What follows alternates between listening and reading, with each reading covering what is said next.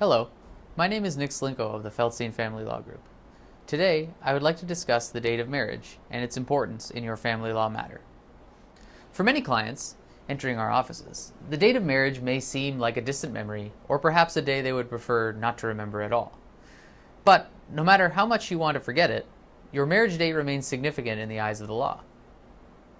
When two people enter into a marriage under Ontario law, each spouse becomes entitled to an equal share of the profits of that marriage. In Ontario family law, the profits of a marriage are referred to as the net family property. When the marriage breaks down, either spouse can apply to the court for equalization of that net family property. The process of equalization is explained in detail in other videos on our website, so I will not go into detail today. However, what you need to know for the purposes of this discussion is that in order to determine the value of the property accumulated during a marriage, the court adds up the value of each partner's assets on the date of separation and subtracts from that total value of each person's assets at the date of marriage. In other words, the only two significant dates in this process are the date of marriage and the date that it ended. Marriage marks the start of the spouse's legal entitlement to shared family property, with some narrow exceptions. The court does not care what happened in your relationship before the date of marriage.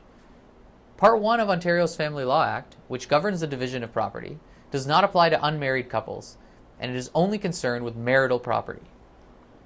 It is important to realize that in this respect, the law may not reflect the reality of your relationship. Traditionally, marriage was the start of a new life for a couple. Newlyweds would be moving in together for the first time, combining finances for the first time, and purchasing new belongings and perhaps a new home for their life together. In contrast, for many couples today, marriage is a mere formality that follows after years of living together. Rather than marking the official beginning of a new life, the marriage ceremony is the celebration and affirmation of a relationship the couple entered into long before. If the spouses lived together for an extended period of time before marriage, their lives and financial situations might have changed dramatically during those years of cohabitation. One partner might have put the other through school, supported the other while he or she looked for a job, or help the other build a business. The couple may have already purchased and even sold a home together. The partners may have felt they were building net family property together for many years before the actual date of marriage. However, the law does not take those premarital events into account. You should keep that fact in mind if you are considering moving in with your partner, or if you are currently living in a common law relationship. You might not even be thinking about a marriage date at this point, but remember, your financial circumstances on that date, if and when it comes around, will affect your entitlement if the marriage breaks down. That's all for today.